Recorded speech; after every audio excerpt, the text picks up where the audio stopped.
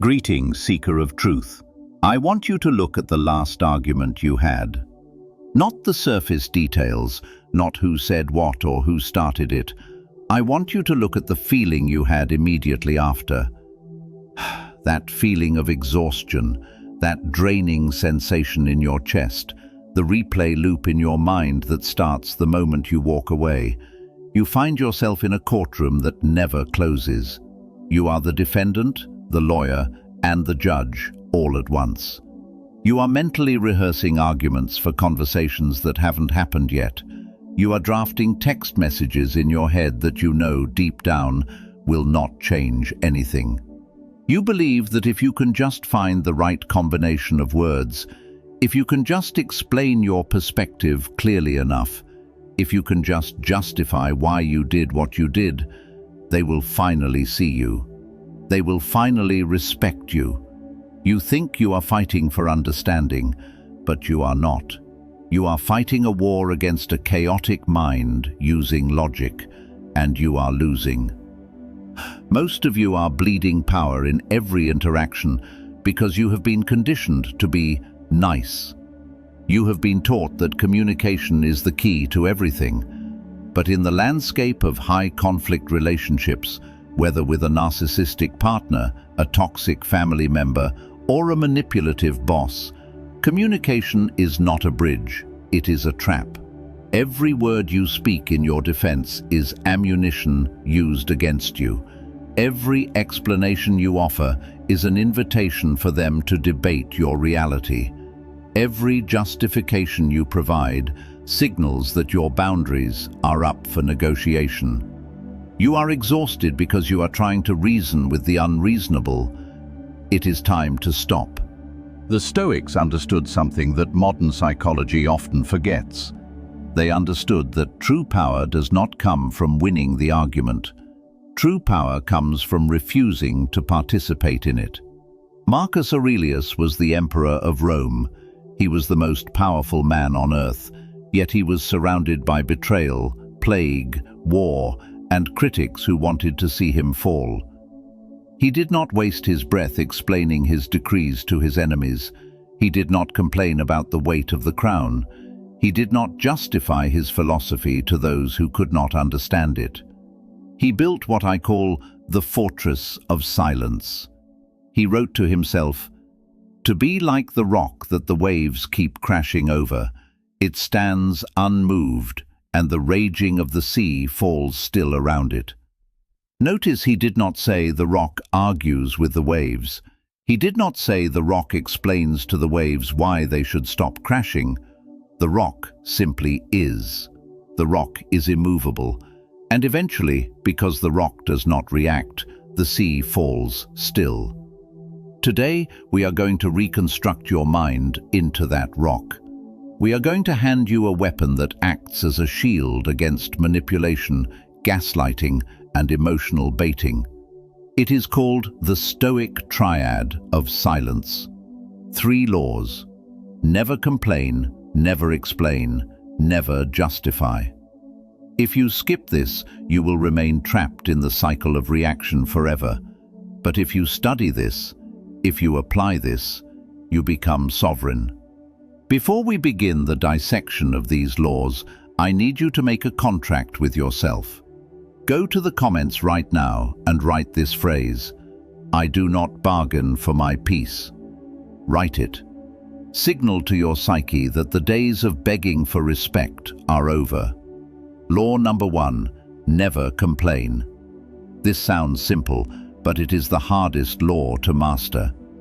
When we are hurt, our instinct is to voice that pain. We want the person hurting us to know that they are hurting us. We think, if I complain about their behavior, they will realize it is wrong and stop. This is a fatal error in judgment. When you complain to a manipulator or a person with low empathy, you are not asking for change. You are providing supply. You are confirming 2 things to them. First, you are confirming that you are a victim. You are signaling that they have power over your emotional state. Second, you are confirming that you expect them to care. Marcus Aurelius said, "Everything that happens is either endurable or not. If it's endurable, then endure it. Stop complaining." This is not about suppressing your emotions. It is about containment. Complaining is a leak in your energy tank. It is an admission that you cannot handle the reality in front of you. Psychologically, when you complain to a toxic person, for example, "Why do you always speak to me like that?" or "You never listen to me," you are handing them a map of your insecurities. You are telling them exactly where to hit you next. You are validating their control. A king does not complain that the peasants are revolting. A general does not complain that the enemy is attacking. They assess the situation and they take action. Let's look at a real-world scenario. You receive a text message from an ex or a difficult family member. It is designed to trigger you. Maybe they are blaming you for something you didn't do or bringing up old history. The old you would immediately type a paragraph. You would complain about their unfairness. You would say, "I can't believe you are doing this again. It's so disrespectful." The Stoic you applies law number 1. You realize that complaining to them changes nothing. It only exhausts you. Instead, you use the Stoic tool called the view from above. You zoom out. You look at this person not as a monster, but as a flawed, irrational human being acting out a script. You realize their behavior is like bad weather. You do not yell at the rain. You simply put on a coat. So what is the action? You do not reply with a complaint. You do not reply with emotion. You either do not reply at all, or you reply to the logistics only. If the text says, "You never cared about me, you're just like the rest," the complaint response is, "That's not fair, I did everything for you." The Stoic response is, silence. The silence screams louder than your complaint ever could. It says, "Your opinion of me is none of my business." Law number 2, never explain.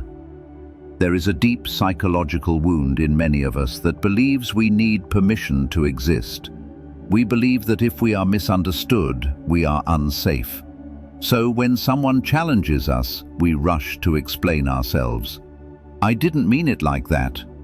The reason I was late was because I'm doing this for your own good."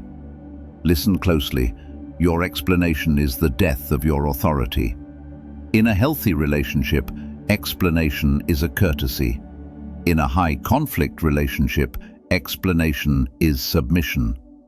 When you explain yourself to someone who is committed to misunderstanding you, you are subconsciously asking them to agree with your reality. You are handing them the position of judge. You are saying, "Here is my case, Your Honor. Please find me innocent." Epictetus, the slave who became a philosopher, gave us the ultimate guide on this. He said, "If anyone tells you that a certain person speaks ill of you, do not make excuses about what is said of you, but answer, 'He was ignorant of my other faults, else he would not have mentioned these alone.'" Do you feel the power in that? He does not defend. He does not explain. He agrees and amplifies, or he ignores. He refuses to take the witness stand. When you stop explaining, you force the other person to sit with their own false narrative.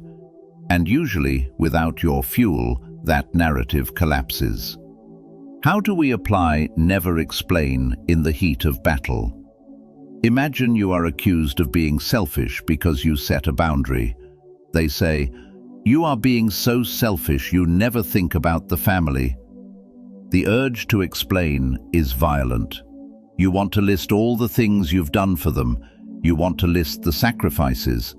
Stop. Apply the grey rock method. Be as boring and unmovable as a rock. Do not offer a counter-argument.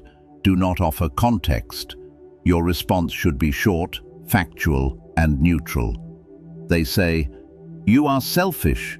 You say, I understand you feel that way. Or simply, okay. Notice what happens. You have refused to explain. You have refused to defend. The conversation has nowhere to go. They wanted a fight. You gave them a wall. By withholding the explanation, you keep your dignity. You are not trying to convince them of your goodness. You know your goodness. That is enough. Law number 3, never justify. Justification is the ugly cousin of explanation. Explanation is about facts. Justification is about values. It is when you try to prove that you have the right to make a decision. I'm leaving early because I have a headache. I can't lend you money because things are tight right now. Whenever you add the word because after a boundary, you are opening a negotiation. You are telling the manipulator, here is the reason for my boundary. If you can argue with the reason, you can destroy the boundary. If you say, I can't come because I have to work, they will say, work can wait, don't you love me? Now you are arguing about work. You have lost the frame. High-value individuals do not justify their needs. Seneca warned us about suffering more in imagination than in reality. The suffering here comes from the hope that if you just give them a good enough reason, they will accept your no. They won't. Your no must be a complete sentence. No, I will not do that. I am not available. That doesn't work for me. This feels terrifying at first. It feels rude, but it is not rude. It is clear. And clarity is the only kindness that matters in these dynamics. The Stoic triad of silence. Never complain, never explain, never justify. Why does this work? Because it removes the oxygen from the fire. Chaos needs participation. Manipulation needs a reaction. Narcissism needs supply. When you embrace silence, you starve the beast. You might feel that silence is passive, that it is weak. I tell you now, silence is the most aggressive thing you can do. It is a declaration of total self-governance. It says, I am a fortress. You may scream at the walls, you may pound on the gates, but you do not get inside unless I allow it. This week I want you to practice this. When the urge rises to defend your character, stay silent. When the urge rises to complain about the injustice, look inward. When the urge rises to justify your no, let the no stand alone. You are doing better than you think. The path of the Stoic is not easy. It is a lonely path at first. But at the end of that path lies something you have not felt in a long time. Peace. Train daily, silently, strongly. Subscribe to Truth Psyche if you are ready to build the mind that cannot be broken. Welcome to the truth.